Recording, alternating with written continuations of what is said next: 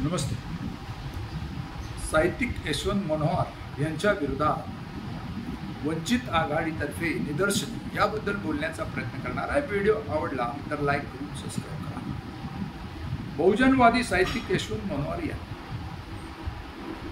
बहुजन समाजाला छोट्या मोठ्या गटांना निवडणुकीत पाठिंबा देण्यापेक्षा काँग्रेस या राष्ट्रीय पक्षाला मतदान करावे असं केलेला वाद आणि त्यावर प्रकाश आंबेडकरांबद्दल त्यांनी केलेले विधान याची गंभीर दखल वंचितच्या कार्यकर्त्यांनी घेतली आणि त्यांच्या घरासमोर यशवंत मनोहर यांच्या घरासमोर निदर्शने केली आणि त्यांच्या काँग्रेसला मतदान करा असं केलेल्या आव्हानाला विरोध दर्शवलेला आहे.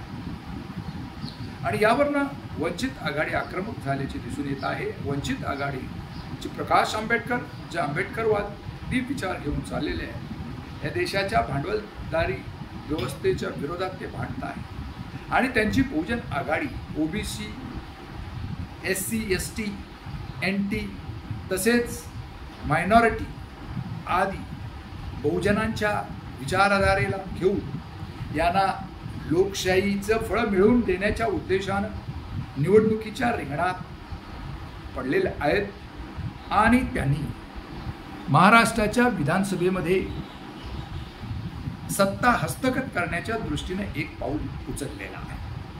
राखीव जागा बंद करण्याचा, राखीव जागा संपवण्याचा काँग्रेस, राष्ट्रवादी तसेच भारतीय जनता पार्टीचा मानस असल्याचं, भारतीय जनता पार्टी आणि काँग्रेस ही एकच असल्याने हे ब्राह्मणवादी विचाराचे लोक असून या देशातील बहुजन जनतेला आंबेडकरवाद संपवण्याचा प्रकार चाललेला आहे. याच्या विरुद्ध वंचित आघाडी लढते आणि वंचितला मतदान करू नका असं काही नरेटिव्ह सेट करण्याचा बहुजनवादी विचारवंत जे काही प्रयत्न करतात त्याला यशवंत मनोहर यांच्याकडे जे निदर्शनच केली यांच्या विरोधात त्यांचा असेल असं एकूण चित्र आहे.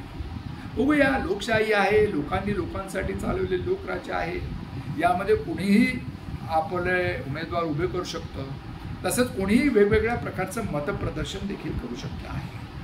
असं जरी असलं तरी बहुजनवादी लोकांनी बहुजन समाजाच्या हिताला बाधा येईल असं काही निर्णय घेऊ नये असा संकेत जर बाळगला तर निश्चित अशा प्रकारे कुठल्याही प्रकारचं गैरवर्तन होणार नाही. असो, यशवंत मनोहर यांच्यावर विरुद्ध केलेले निदर्शन हे फक्त निदर्शनापुरती राहावं अशी अपेक्षा आहे. बघूया याबद्दल जनता, बहुजनवादी जनता, आंबेडकरवादी जनता काय बोध घेते, काय निर्णय घेते ते थोड्याच दिवसात समजून येणार आहे.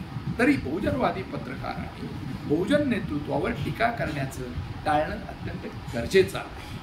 कारण ही भांडवलशाही लोकशाही आहे आणि याच्यामध्ये पैसे देऊन प्रत्येक गोष्टी वेगवेगळ्या प्रकारचं चाललेलं आहे. सरकार तोडणं झोडणं चालू आहे. वेगवेगळे अधिकारी यांच्या विरोधात निर्णय घेणार, या सर्व गोष्टीचा विचार करता बहुजनवादी पत्रकारांनी या देशाची लोकशाही टिकवण्यासाठी, बहुजनवादी विचार टिकण्यासाठी, आंबेडकरवाद टिकण्यासाठी आंबेडकरी पुढाऱ्यांवर टीका करण्याचं टाळावं अशी अपेक्षा आहे. बघू याबद्दल जनतेचं काय म्हणणं आहे ते थोड्या दिवसात समजून नये. याबद्दल आपण कमेंट्स करा आणि माझा व्हिडिओ आवडला तर लाईक करून सबस्क्राईब करा. जय हिंद, जय महाराष्ट्र, जय भारत.